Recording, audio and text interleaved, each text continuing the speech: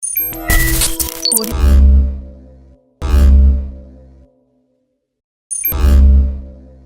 Back. एक बार फिर मैं आपको शामिल करता हूँ इस प्लेटफॉर्म पर एशियज थर्ड टेस्ट को डिस्कस करने। आज हम यहाँ आपके सामने पेश हुए हैं। थर्ड टेस्ट कल उसका आगाज होगा और ये टेस्ट मैच एडिलेड में खेला जाएगा। इससे पहले हमने देखा कि ऑस्ट्रेलिया ने जो एडिलेड में टेस्ट खेले हैं पिछले कुछ अरसे में, वो पिंक बॉल थे, यानी डे एंड नाइट थे। इस मतलब वो रेड बॉल के साथ ये यहाँ पर खेलेंगे। तो एक चीज तो ये है। इसके अलावा अगर हम दोनों टीम्स के सबसे पहले 11 को देख लें तो दोनों टीम्स ने अपनी 11 अनाउंस कर ली है। इंग्लैंड तो हमने देखा कि यूजुअली उनका एक ट्रेंड है कि वो 2 या 3 दिन पहले अनाउंस कर देते हैं। इस मतलब ऑस्ट्रेलिया ने भी एक दिन पहले हमने देखा कि अपनी 11 का जो अनाउंसमेंट कर दी है। अब यहाँ पर हम देखें इंग्लैंड को, तो वहां पर एक चेंज है। वहां पर जॉश टंग आए हैं गस एटकिंसन की जगह, और बाकी उनका pace attack as it is है। और बाकी भी अगर हम देखें तो उनके टॉप 7 बैटर्स जिन पे बात हो रही थी वो भी एज इट इज खेल रहे हैं। तो इंग्लैंड का जो हम कहें तो उनकी टीम जो 11 है वो उसमें सिर्फ एक चेंज है। दूसरी तरफ अगर हम ऑस्ट्रेलिया को देखें तो वहां पर लग रहा था कि पॉसिबली जो लोग प्रिडिक्ट कर रहे थे कि शायद 3 चेंजेस हो, लेकिन वहां पर 2 चेंजेस हुई हैं जो ऑब्वियस थी कि नेथन लाइन का जो टीम में वापस आए और पैट कमिंस फिट हो गए। सबको पता था कि वो भी इस दफा टीम में शामिल होंगे, तो वो भी टीम में शामिल हो गए हैं।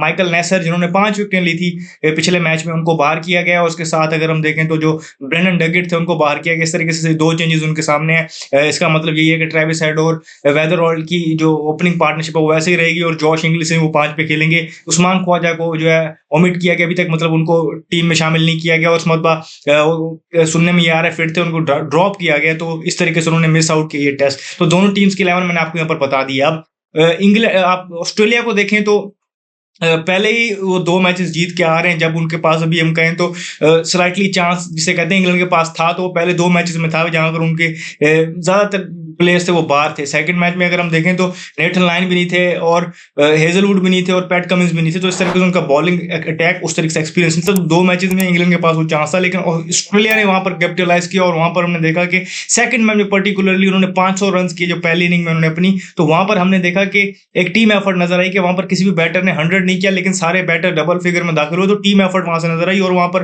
पहले मिचेल स्टार्क ने अच्छी बॉलिंग की, फिर हमने देखा कि बाद में बाकी बॉलर्स ने चिप इन किया और माइकल नेसर खेले, उन्होंने 5 विकेट ली। हमने कीपिंग का भी आपको बताया कि किस तरीके से वहां पर उन्होंने कंट्रीब्यूट किया डिसमिसल्स में, और किस तरीके से उन्होंने ऑर्केस्ट्रेट किए स्टंप्स के ऊपर आकर जो कीपिंग की वहां पर एलेक्स कैरी ने। तो वहां पर हमने वो चीजें भी आपको बताई। ऑस्ट्रेलिया की फील्ड में भी अगर आप देखें तो एक एनर्जी नजर आई। जिस तरीके से जॉश इंग्लिश रन आउट किया वहां पर बेन स्टोक्स को, वो भी एक टर्निंग पॉइंट था। तो ऑस्ट्रेलिया एक बड़े अच्छे रिदम के साथ आ रही है। और फिर अभी हम देखें तो उन्होंने ज्यादा रीइंफोर्स होकर आ रही है कि पैट कमिंस भी आ गए हैं और वहां पर नेथन लाइन भी आ गए। तो आप इन दोनों के दरमियान देखें तो कितनी टेस्ट विकेट्स हैं। नेथन लाइन यहाँ पर इससे पहले अगर आप देखें तो उनका अच्छा खासा रिकॉर्ड है एडिलेड में भी। और इससे पहले अगर आप देखें तो क्रिकेटर बनने से पहले वो यहाँ पर एज ए ग्राउंडमैन काम करते थे, एज ए क्यूरेटर काम करते थे। अब यहाँ पर वो पोटेंशियली अगर आप देखें तो इस मैच में वो जो विकेट टैली है वहां पर ग्लेन मैगरा को क्रॉस कर सकते हैं। तो इस तरीके से अगर आप देखें तो उनके पास एक्सपीरियंस बॉलिंग अब लाइन होगी उनके पास, जहां पर पैट कमिंस भी आ गए हैं और नेथन लाइन भी आ गए हैं। मिचेल स्टार्क जिस फॉर्म में नजर आ रहे हैं, 2 मैचों में 2 मैन ऑफ द मैच उन्होंने लिए हैं। तो इस तरीके से अगर आप देखें तो बड़ा रेड हॉट फॉर्म में ऑलरेडी आ रही थी ऑस्ट्रेलिया, और वो नजर आ रहा था कि टीम रिदम में है। अब वो मजीद रिइंफोर्स होकर आ रही है। दूसरी तरफ इंग्लैंड की अगर हम बात करें तो 2 मैचेस उन्होंने हारे हैं। और अगर हम बात करें तो उनका जो से कहते हैं कि नजर आ रहा है कि शैटर्ड नजर आए कुछ थोड़े से उनके कैप्टन जो जिस तरीके से उन्होंने पोस्ट मैच में बात की कि कमजोर लोगों की जगह नहीं है उस डगआउट में, इस तरीके से बातें आई। और फिर हमें नजर आया कि परफॉर्मेंसेज नहीं, ऑब्वियसली कैप्टन के पर्सपेक्टिव से देखें कि अगर बॉलर्स उस तरीके से नहीं कर रहे, बैटर्स रिस्पॉन्सिबिलिटी नहीं ले रहे, तो कैप्टन फ्रस्ट्रेट होता है उस माहौल में जो आपके लिए हॉस्टाइल साबित हो सकता है। एशियज में अगर आप अवे टीम है तो वो माहौल आपके लिए हॉस्टाइल साबित हो सकता है। तो वैसा ही हो रहा है कि वो उनके जिसे कहते हैं अंडर द स्किन जा रहा है ये माहौल। तो उनको ये देखना होगा कि इससे पहले अगर हम देखें तो 2023 की जो एशियज थी वहां पर 2-0 के बाद कमबैक किया था इंग्लैंड ने, और वहां पर सीरीज को 2-2 से बराबर किया था। और एक मैच वो रेन आउट हुआ था, वो भी उसमें अहेड ही थे इंग्लैंड वाले। तो यहाँ पर क्या वो ये चीज कर सकते हैं, ये $1 मिलियन क्वेश्चन है। और इसके जवाब हमें बेहतर इंग्लैंड ही दे सकती है कि कल वो किस तरीके से आगे खेलना चाहेंगे।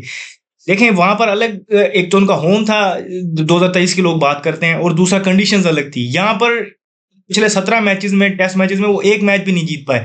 ये चीज को भी आप उसमें लाएं। फिर अब मैंने आपको बताया कि करंट फॉर्म जिस तरीके से ऑस्ट्रेलिया आ रही है, तो हर चीज में आपको ऑस्ट्रेलिया आगे नजर आ रही है। तो यहाँ से उनका कमबैक करना मुश्किल नजर आ रहा है। लेकिन हैविंग सेड दैट कोई भी स्वीपिंग स्टेटमेंट नहीं दी जाती क्रिकेट में। आपको पता है कल कुछ हो जाए किसी को नहीं पता होता।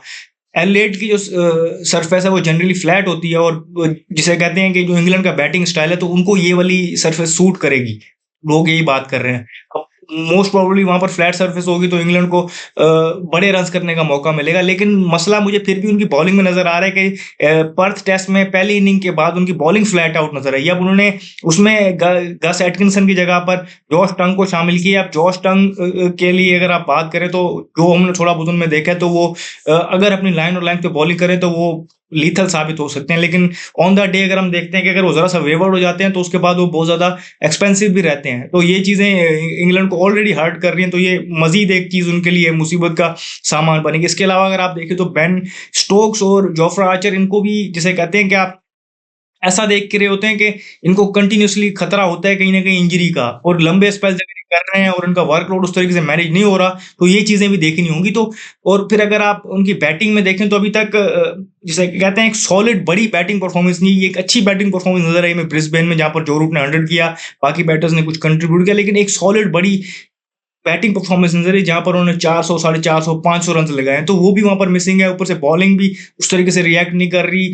आप 2-0 डाउन है, अब आप आगे जाएँगे, वहाँ आपको एक चीज़ नज़र आएगी कि ऑस्ट्रेलिया वालों के अंदर एक चीज़ है जो किलर इंस्टिंक्ट है, वो मिसिंग है, हमें यहाँ पर इंग्लैंड में नज़र आ रहा है। जो बेन स्टोक्स भी ये बात कर रहे हैं कि वो उन मूवमेंट्स पे जिसे कहते हैं कि अंडर प्रेशर वो उस चीज़ को उस तरीके से रिएक्ट नहीं करते, और ऑस्ट्रेलिया में वो किलर इंस्टिंक्ट मौजूद है, हमेशा से रहा है। और अभी देखें तो इस टीम में भी आपको नज़र आता है कि वो फिर जिसे कहते हैं रूथलेस हो जाते हैं, और वो अभी ये चाहेंगे कि जिस तरीके से वो जीत के आ रहे हैं तो यहीं पर सीरीज को खत्म करें और 3-0 जिसे कहते हैं सीरीज जीतने के बाद एशेज को रिटेन करें। एशेज ऑब्वियसली इसके बाद 2 मैचेस होंगे, लेकिन यहाँ पर ही जिसे कहते हैं डन एंड डस्टेड हो जाएगी। अगले 2 मैचेस ऑब्वियसली फिर उस तरीके से उस अर्न को जीतने पे फैक्ट नहीं करेंगे। तो ऑस्ट्रेलिया इस पर्सपेक्टिव के साथ आएगी। इंग्लैंड कहीं ना कहीं उनके पास एक रेफरेंस पॉइंट जरूर होगा कि वो भी एशियन सीरीज 2023 में जहाँ पर हमने कम किया था। लेकिन यहाँ पर जिस तरह मैंने आपको बताया कि सर्कमस्टांसेस सारे अलग हैं, लेकिन कहीं न कहीं उनके ग्रुप के अंदर ये डिस्कशन हुई होगी कि यार ठीक है, ये चीज़ें हमें इस तरीके से करनी है। एक लंबा गैप के बाद आ रहे हैं, वहाँ पर उन्होंने टाइम ऑफ स्पेंड किया बड़े अच्छे तरीके से, लेकिन स्क्रूटनी जिस तरीके से वहाँ पर ऑस्ट्रेलियन मीडिया उनकी कर रहा है और फिर उनका अपना मीडिया भी उनको उस तरीके से देख रहा है, तो वो अंडर द चेक है, जिसे कहते हैं कॉन्स्टेंटली वहाँ पर नज़र आ रहे हैं। और ऑब्वियसली वहाँ पर माहौल ऐसा है कि लोग आपको फिर आपके मुँह पे बातें करते हैं, और वो सारी चीज़ें वो भी आपको जिसे कहते हैं कि प्रेशर में लाते हैं। और मैंने कहा ना कि बहुत हॉस्टाइल माहौल होता है एशेज में, तो वो सारी चीज़ें अब उनको फ़ील करनी पड़ेंगी। एक तो 2-0 डाउन है और ये सारी चीज़ें उनके अगेंस्ट ही हैं, लेकिन बड़ी और बेहतर टीम बनना है और ऐसा बड़ा मूवमेंट से एशेज को जीतना होता है, तो वहीं पर जो टीम राइज़ करती है, जो वो करती है, वो बड़ी टीम बनती है। तो देखना होगा इंग्लैंड वो करती है या नहीं करती। तो जो भी अपडेट्स होंगी हम यहाँ आपको देंगे। इस वीडियो में फिलहाल वक़्त इतना ही। मुझे शुक्रिया। अल्लाह हाफ़िज़।